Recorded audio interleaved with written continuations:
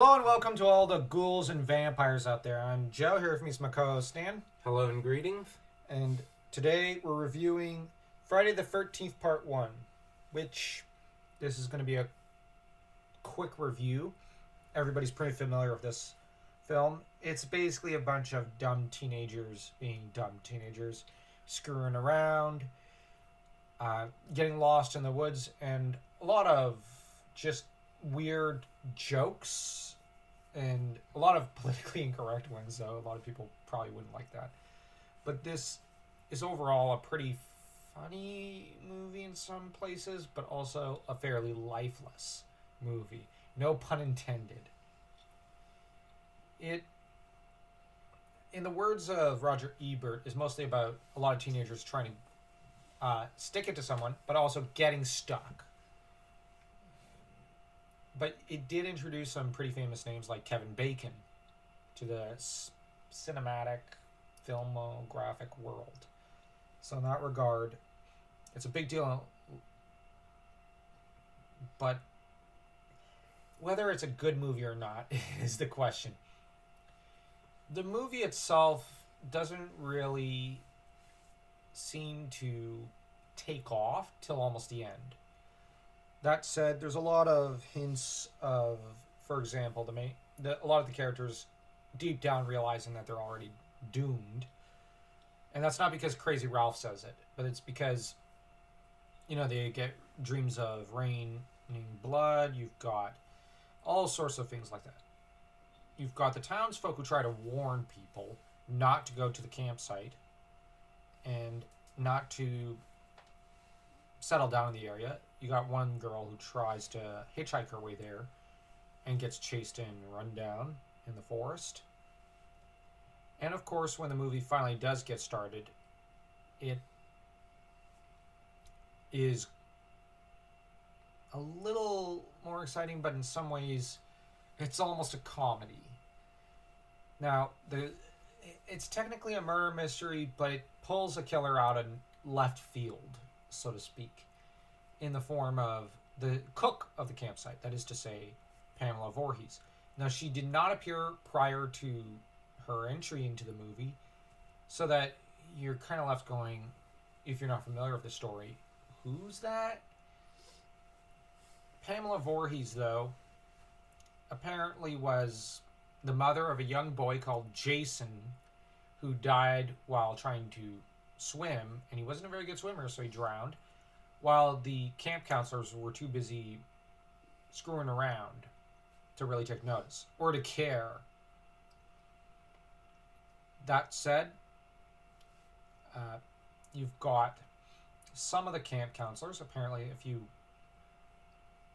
guilty ones, that were killed by Pamela Voorhees. And in the fan film's duology, Friday the 13th Bloodlines, you've got another pair that were meanwhile killed by Elias Voorhees, who was the one who picked up the phone when the news arrived. So that greatly upset him, and since he already had some demonic connections, it made him, pick up old habits, so to speak. But that's just in regards to the fan film continuity. We're just focused on the official movies right now. And Pamela lost it after that, burnt down the place, did a lot of murder. And now she's determined to murder everyone here because she delusionally believes that she's still in 1956 or 57. When in reality it's about probably around like 1978 or 9 in universe. As, it takes place in the late 70s, not quite in 1980. That aside, the main character is Alice, but you don't fully realize she's the main character unless you really pay attention to some of the minor scenes. She has a bit of personality in that nothing in comparison to later main characters of the Friday the 13th franchise, but far more personality than, say, Laurie Strode.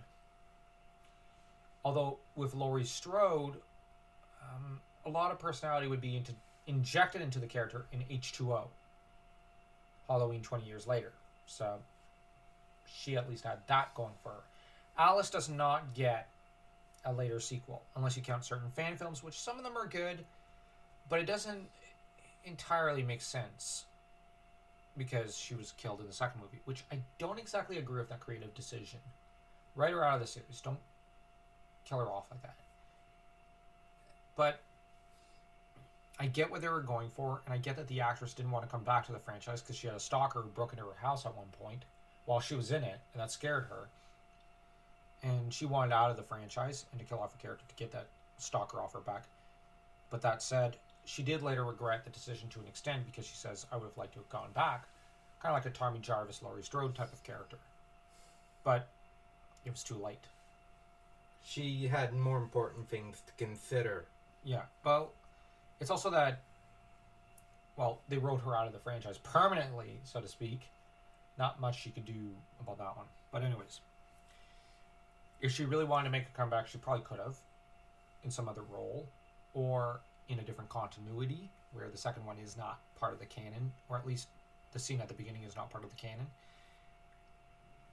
That said, she ends up beheading Pamela Voorhees in a scene that's very Freudian in some ways. I'm just saying. And this scene would semi-be reenacted in the remake, where, weirdly, the remake would not actually kill off Alice. So, if the Alice actress wanted to make a comeback several decades later, you can link it up with that continuity, which is fine. Like, the remake wasn't terrible, but it combined basically the three first movies and played weird, jump rope with the timeline to an extent. But the beginning of the movie was the first intro between Alice and Pamela was fine there, and actually creepier than the first movie to an extent was. Although the first movie, when Betsy Palmer was playing Pamela, when she's like, get her mommy, where she thinks she's talking to Jason, but Jason's talking for her, there it is a little daunting because she's unhinged. But the final action scene is really well done. Then you got Jason pulling her into the lake in the epilogue,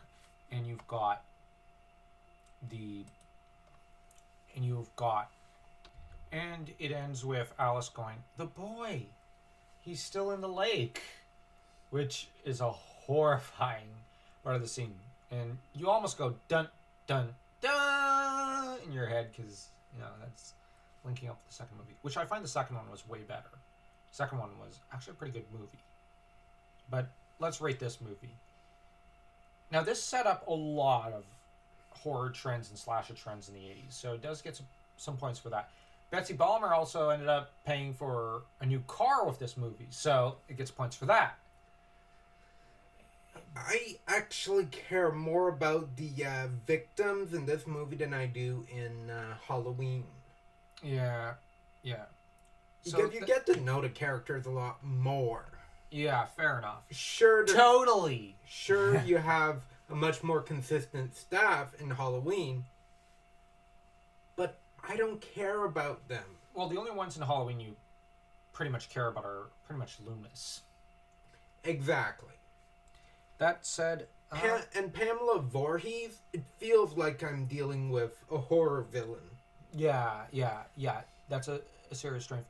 Michael Myers works to an extent, but Pamela in some ways is far creepier, and she is dumber to an extent than Michael. She is. But she's also more human in a way and more terrifying in some ways. Now, that said, Jason is later a better horror villain than her. But there's things she has over the two just automatons and things they have over her. But putting all that aside, let's rate this. How would you rate it? Probably a 1. I'm going to say a 1.5. This is a movie that... It's a popcorn flick. It's a popcorn flick. It's not average. It's below average. It's below average, but... You can put it on and go do your cooking or just turn off your brain. And it's like, out of all of the slasher the first slasher movies, like, none of the sequels. This is probably the most preferable one. Yeah. Anyways, if you enjoyed this review, don't forget to smash that like and that subscribe button.